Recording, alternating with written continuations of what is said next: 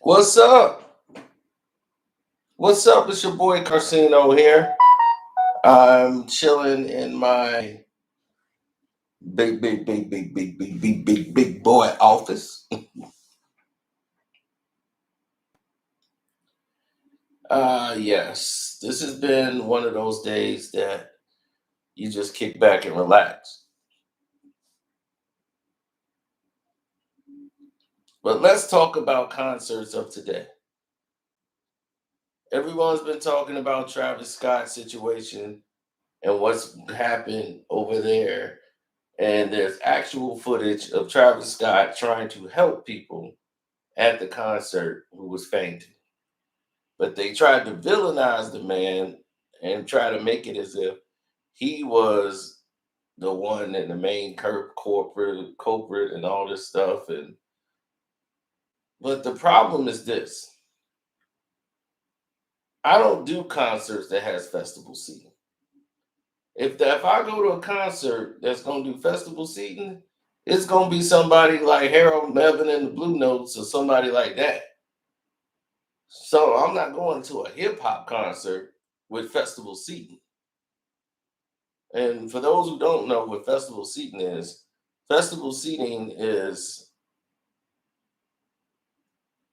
what's up, Jamil?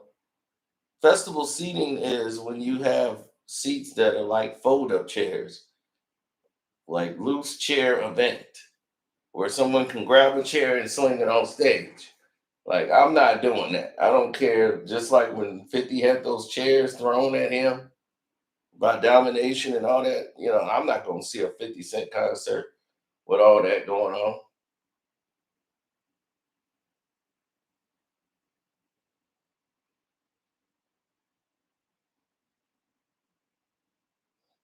It's not the artist's fault.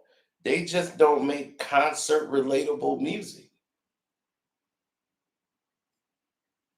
To me, I'm not enthused to go see any of these new artists on stage. That's just me. I mean, I understand how it is. Maybe I'm old and I'm out my element,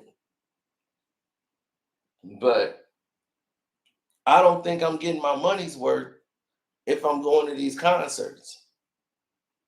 I just don't see the value. And what I mean by that is these concerts, they don't give you a show. Back in like KRS-One and Big Daddy Kane, when they were on stage, just on the thing, they gave you a show. They weren't lip syncing. Most of these rappers are lip syncing their own damn song because the song is auto tuned and they can't do auto tune with their voice. So they got the auto tune playing at the damn concert. So if they're doing that, it's like, what the hell are you doing there? You could just listen to the record at all.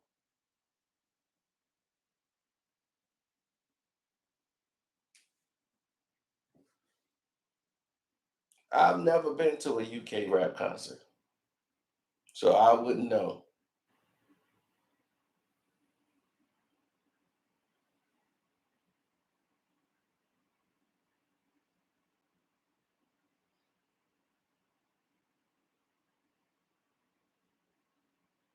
He said they have a live band. Oh, I don't expect to see Nicholas Jacobs at a concert today. You call this a show? Sit down with all that malarkey. I can't do this, all this screaming and noise.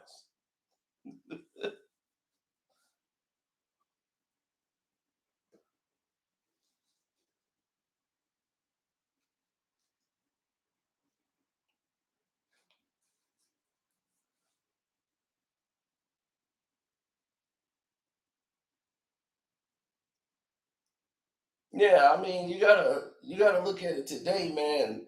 Guys in the '90s, even though they was rapping, they knew how to entertain. They used to could get the crowd pumped. NWA used to entertain you. If you went to an NWA concert, Jamil said, Travis Scott is terrible anyway. Never liked him. I mean, that's precisely the point. The point is you got to be entertained, and you're not entertained. This new generation of artists, they don't know how to put on a stage performance. They're studio artists. They can make the song sound, but they don't, like, most of these people don't rap. Most of these rappers don't rap. You're not getting an entertaining show. NWA, they used to have props. They used to have skits. They used to perform before the records come out. They used to get you excited. The rappers just start standing on stage. If you saw LL Cool J, he's interacting with the crowd. He was gonna make it entertaining on stage. All these rappers knew how to get over. Kool Mo D had dances.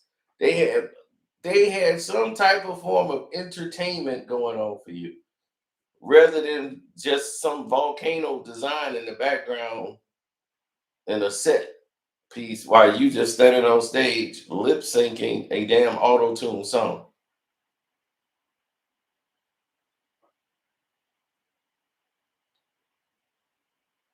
But then you got to look at the type of fans that's out there. The type of fans that's out there today, it don't make any sense.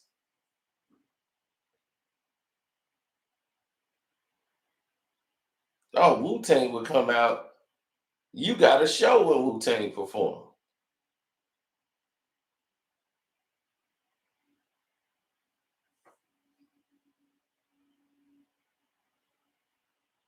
Wu Tang was like one of the first acts to perform in Japan.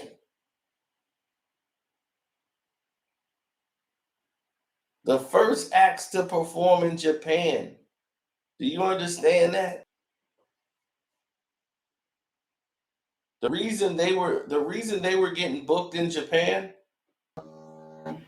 the reason that they were getting booked in places like Japan was simple. They were getting booked in Japan because they had the numbers. They had a influence that immediately transcended outside of the United States and around the world, bigger than any rap group probably in history. Run DMC and Wu Tang is probably the top rap groups of all time. They transcended universally, and it was fast for Wu Tang. It took one album and the Method Man album. That's it, and they was already transcended. In Japan, they were booked because hip hop was just a new thing for them, and they were trying to get caught up in it. And this is the early '90s. They went to Japan. They didn't even understand the lyrics. They couldn't understand English, the people. But they loved the song because the RZA knew how to incorporate. They didn't even have, like, Dirty's album wasn't even done yet. They just had the Method Man album, and they had the first Wu Tang album out, and they would play the instrumental of what ended up being Liquid Swords way back then. That's how old Liquid Swords is. Liquid Swords was done in 1992, but nobody heard Liquid Swords until like 96, like 95, 96.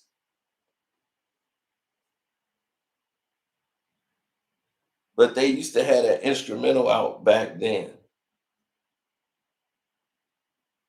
And in Japan, all they knew was the sound when they hear them old martial arts movies.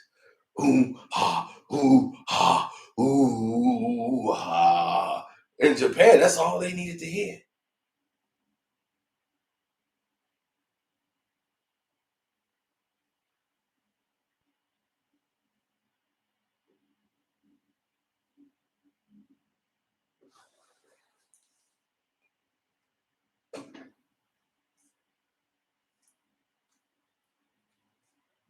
They did that pretty much on their own. The promoter wanted to book them.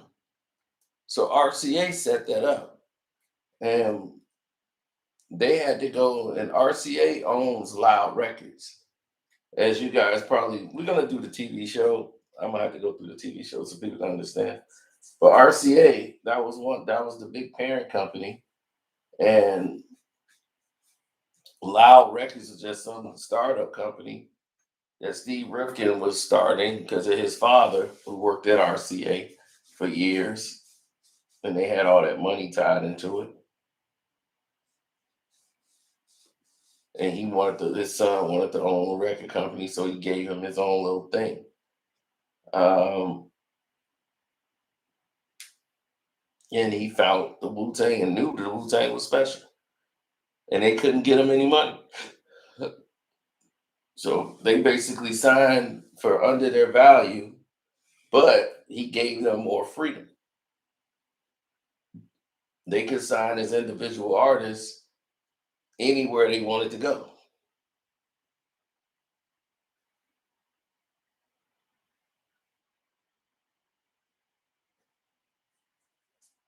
Well, the reason why it folded is because Steve, he got, once the success of Wu Tang and Mobb Deep, it's the place that Mobb Deep and Wu Tang built. Other than that, nobody else sold records. So all their books would get fixed when they drop a Wu Tang or Mobb Deep project. So when they needed money for the album, like this is why Prodigy was so upset because his album was being screwed over because people weren't doing what they were supposed to do. Every right to be. I understood it.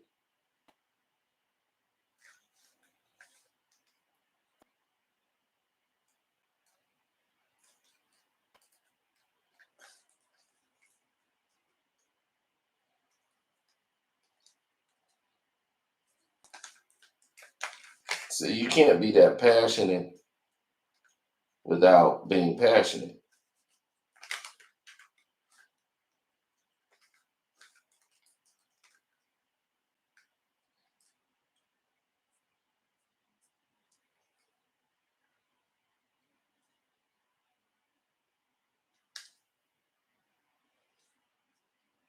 Trying to fix this thing. Yeah, the Alcoholics was there first,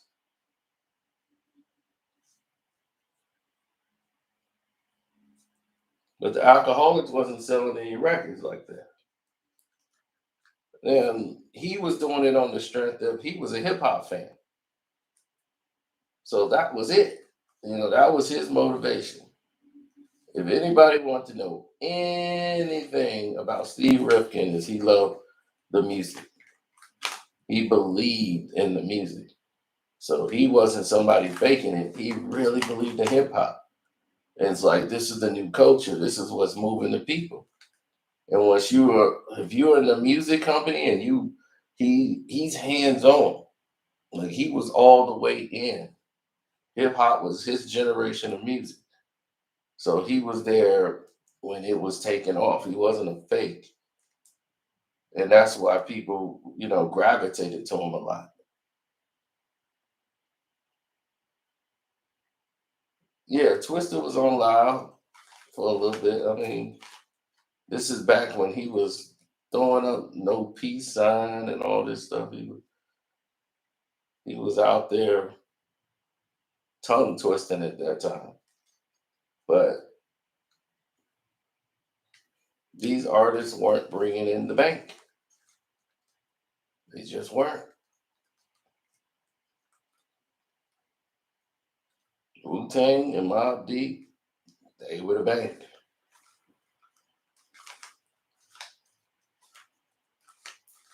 And the TV show, oh, there it is. I finally got it. I had to find the right combination. Now we got the whole thing done.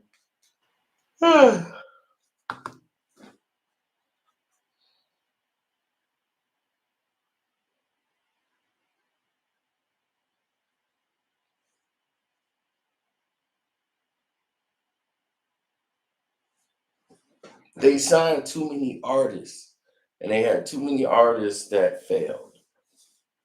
Big Pun, when Big Pun came out with Capital Punishment and all that,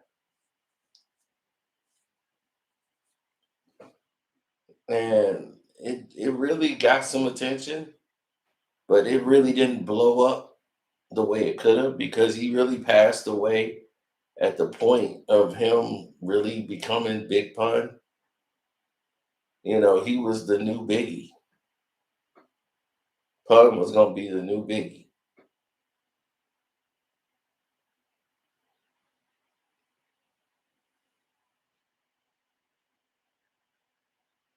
They was trying to take him away from being the hardcore Pun. They wanted him to be the more, you know, fun loving Pun. I'm not a player, I just crush a lot. They wanted him to be that guy. But Pun wasn't taking his health seriously. And he never got a chance to really blow up before that happened.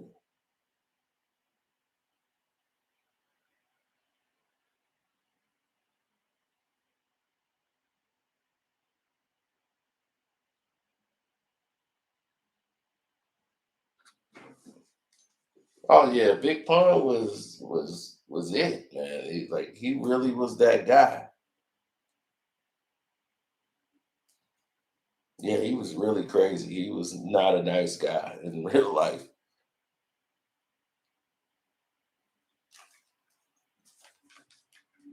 Like I told you, my cousin was in the video. He was in Big Pun's video. They got cut out because they was throwing up the GD, uh, throwing up forks in the video. Yeah, I'm gonna screw this back up.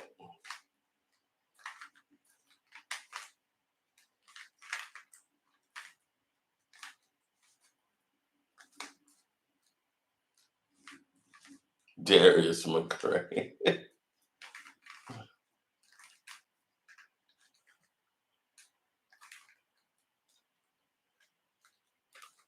You said DJ Quick threatened to sue Wack.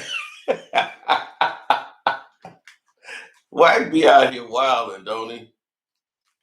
Man, that dude, man, he done turned from a blood to a doggone blogger real fast. I've never seen that done like that.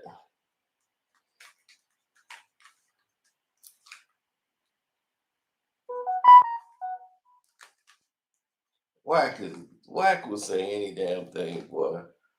I swear, he just figured out the game. He just like, oh, I don't gotta manage nobody no more. All I got to do is just go on Clubhouse and just say some shit. I could do that. He think he a star. Ain't nothing finna happen to Wack. I gotta do season 2 review. I've done season 1 already. We'll go into a lot of stuff on there. I like season 2, but we'll get into the issues of Wu-Tang in another moment.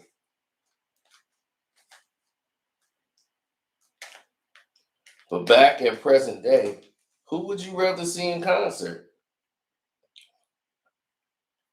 Drake got all the hit songs, but I don't know if I want to go see Drake in concert. What type of show am I gonna get? But I know I'm gonna at least I have somebody I know that's gonna rap. You know what I'm saying? Somebody who's gonna give me something for my money. Because if I'm like, look, if I'm just gonna hit a record, I might as well just bought the CD and ride around in my car. What the hell I need to be here for? As the beat goes on, you'll see Nicholas Jacobs up there. Everlasting, as the beat goes on.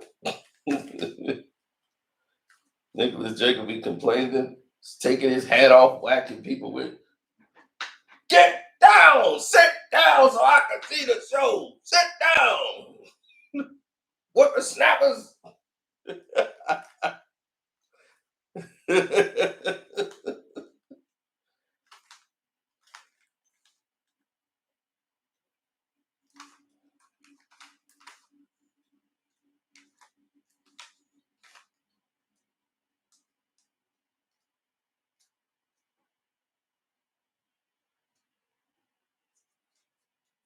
The sad part is,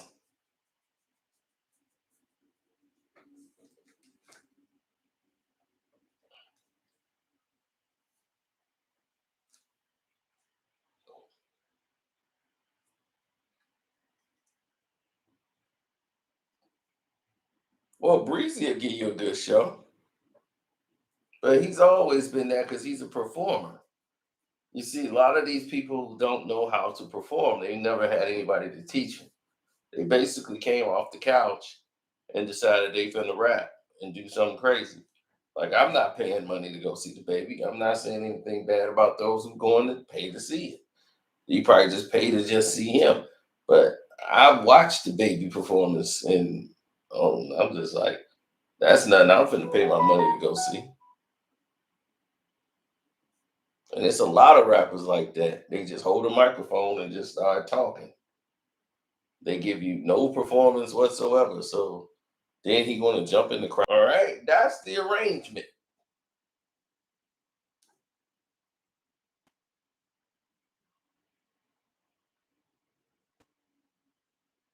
I've seen, well, maybe I didn't see a good show of his, but I've seen the baby perform, and it wasn't a good show to me.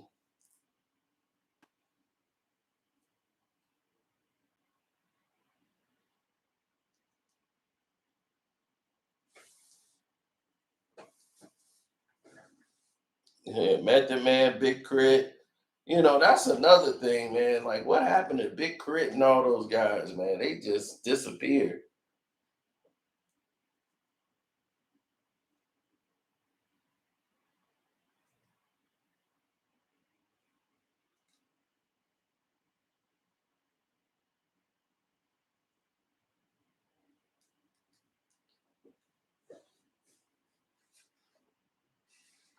Propane in Houston. That's my guy. I like Propane music.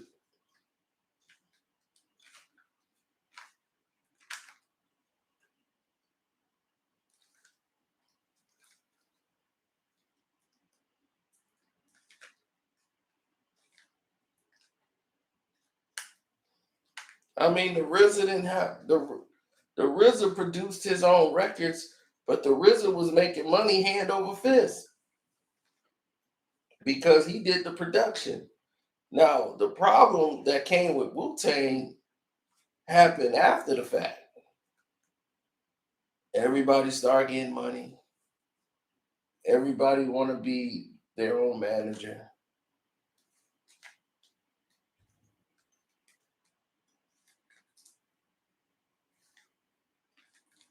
They came in with those individual managers, and that was the beginning of the end.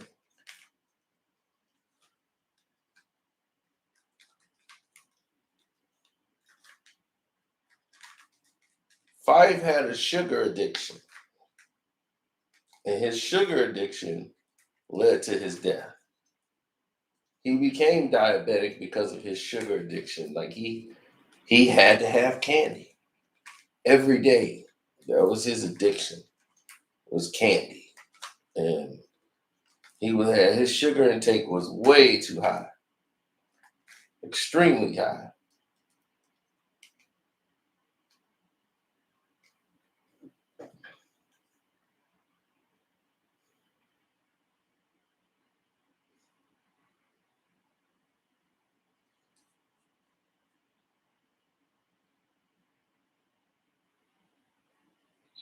Well, young people they might like that kind of stuff. You know, the younger you are, that might appease to you. You might say, "Hey, I need this."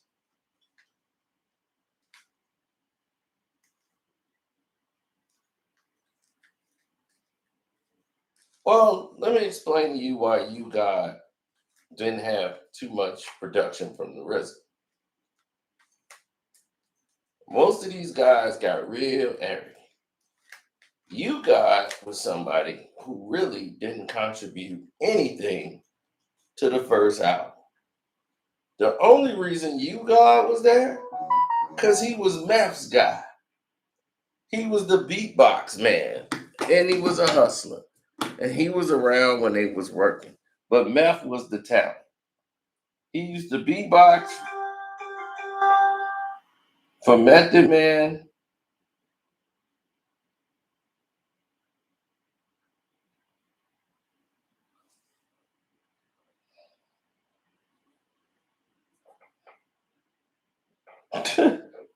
Frank Gore. He finna get ready to box. Deron Williams, the NBA player,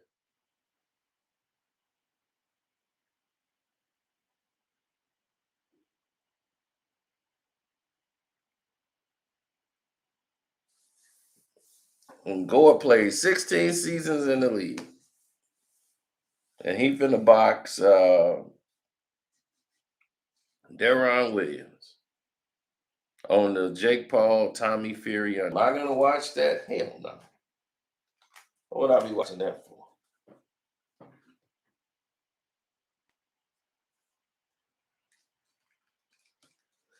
Of course, Capadonna. Capadonna used to rap with Method Man. That was they guy. They from the same area.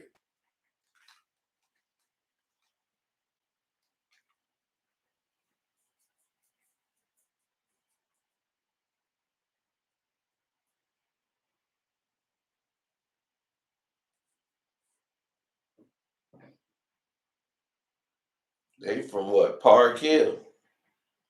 Raekwon. I think Raekwon. I think it's Ray Deck, Meth, You Got, and Capadonna are all from Park Hill.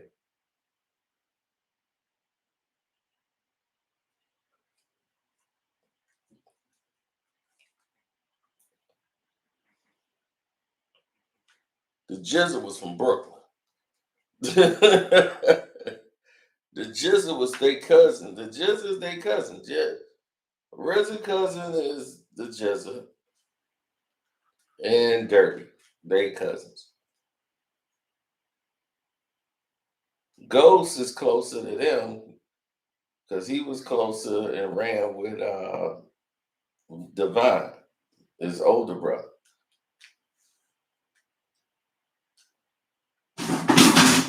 So Ghost, whose name was D Low.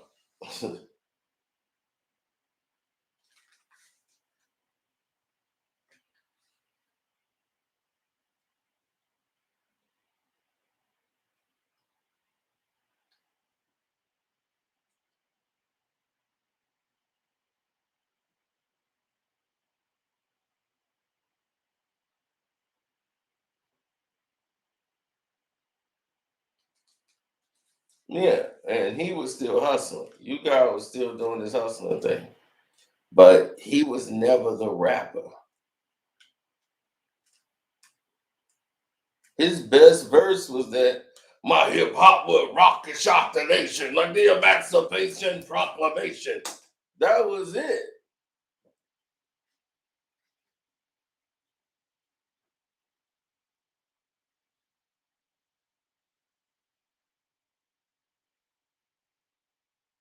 Raekwon ran with power. That is true. They from Park Hill. That's what they did.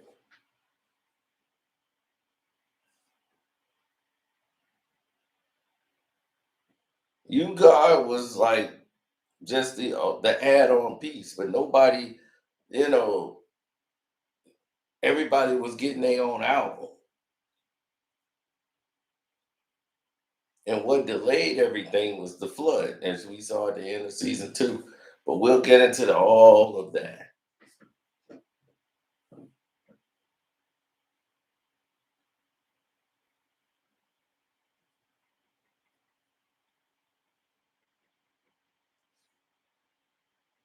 because they seem to be glossing over some things.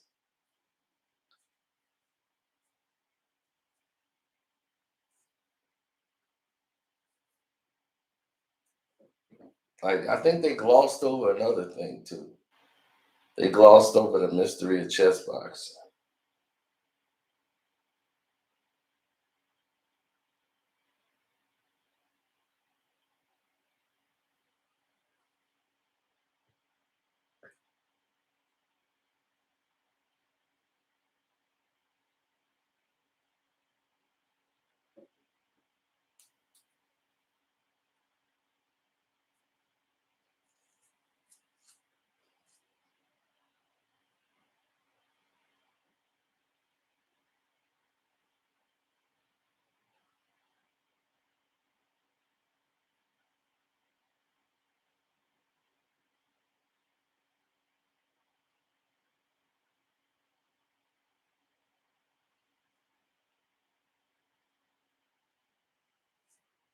Bobby Digital. Well, the RZA knew that it was time to make a change in Wu Tang. And the problem being is that when you got that many personalities and money started getting involved, Wu Tang had created a new avenue that wasn't even existing in hip hop. They were the first ones to control their own destiny. They had a marketing brand that's still big today. Their logo, that Wu Tang logo, is universal. You could put that out on anything and still make money. That's how powerful it is. And they don't even understand that they were the first ones to really create that brand. The Run DMC didn't realize what they had with the Run and the DMC under it. They didn't realize how powerful that was and that they could market that until later on. Russ saw Wu-Tang movement and saw how the RZA was able to negotiate such a deal where they controlled their end of the music. RZA got all his masters. Like everybody can get their own deal. Like he put everyone in position to be rich. No one else could say that. Like they're the masters of their own destiny. You know, Baby made Wayne and all them rich, but they had to be under Baby. They couldn't go nowhere else and get an individual deal. They had to be all under Baby. That wasn't true. He looked out for his crew.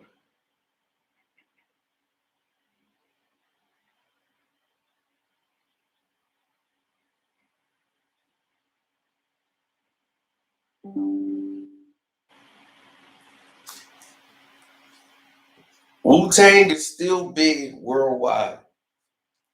They just didn't know how to handle that fame. And the only way you could do that is to record companies work with managers. You know, they got certain artists and they know how to get rappers. Rappers got ego. So when you start giving them big checks and offer them big money individually, they know they could destroy something from within. Now they didn't care about the Wu Tang album because the Wu Tang album don't make them money. That makes RZA money. More than any of them, RZA's going to get paid the most. So the record labels don't really care about that. They want their individual artists to blow up. But they know the Wu Tang album is a promotion of their artists. So when they do a Wu Tang project, they gonna be in there now. All of them don't want the RZA to manage it no more. They got to remove that element out of it. Divine, who was really the guy that was overseeing things, and they had other people in place. They was like the RZA management company was dealing with that. RZA had his Wu Tang management and all of that, or Divine went over the contracts. They were making these decisions for the artists as far as all the deals, everything. Soon, they didn't like that anymore. They didn't like Divine was doing that. They want to control their own thing. They bring in these individual managers in saying, look, I gave you this much, but your manager took that much out and you only getting this much. It's your manager. And then after the first album dropped from Wu-Tang, Ray just went crazy. He started thinking like Wu-Tang was his. Like he really was a problem. And him and Meth, who was super cool, they couldn't stand each other. I mean, literally, he was jealous of Meth. And it was just crazy.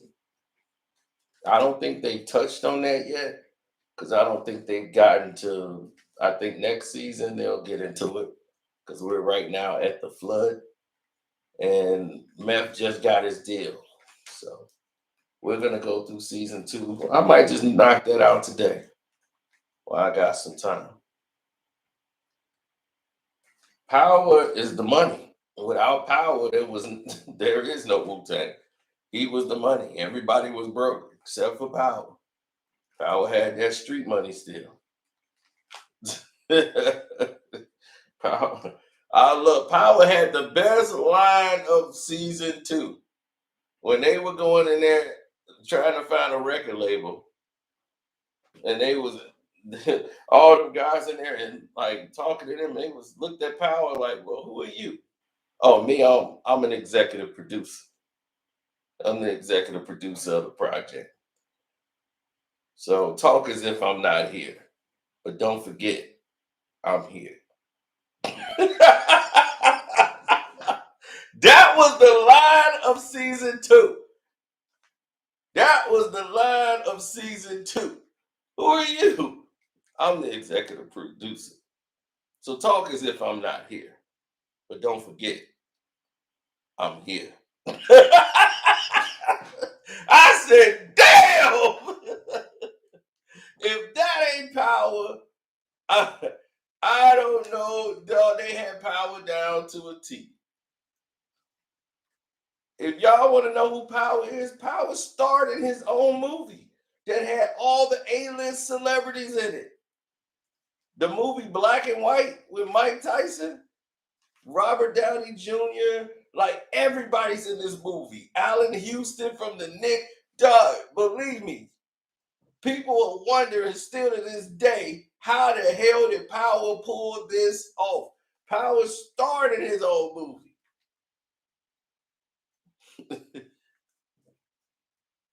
The woo wear, all that stuff, that came from Power.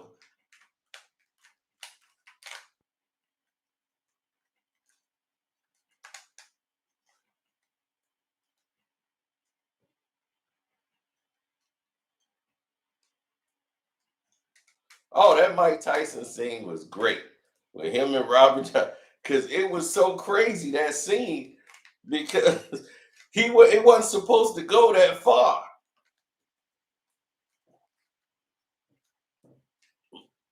If you go back and watch it, they just kept it in the movie, but he was scared to death.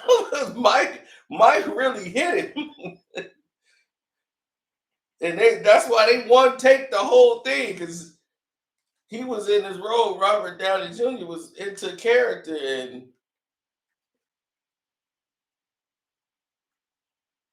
no, he did smack the hell out of Iron Man. Oh, Tony Stark. Tony Stark was beat. I just want to say, in the dream, you were holding me. Slap! Slap the hell out of him. Why you want to go bother Mike Tyson? That's who you don't leave him. Power, yo, man, leave Mike alone.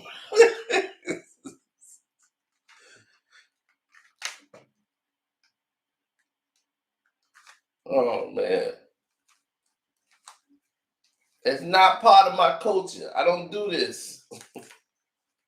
Yeah, it was great. It was very great.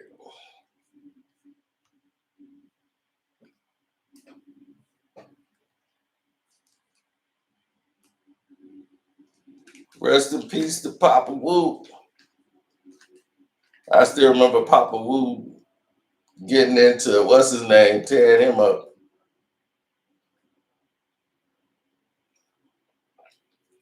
Action Bronson and where he went wrong.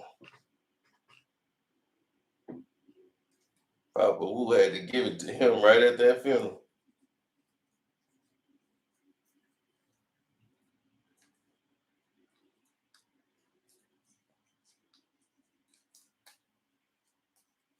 Donald was my guy, man. That was like our guy. He was so laid back and quiet, but Donald was that dude. That's the Buck 50 champion right there. Could nobody beat Donald.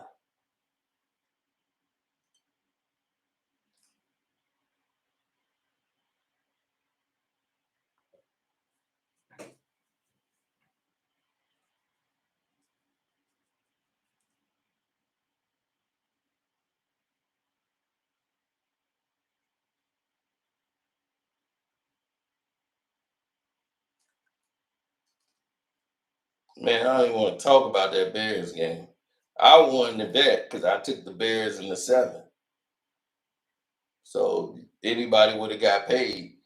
Like I told you, you take the Bears +7, it's Monday Night Football. But the Bears got robbed out of that game. He took that touchdown away from the Bears, and that really pissed me off.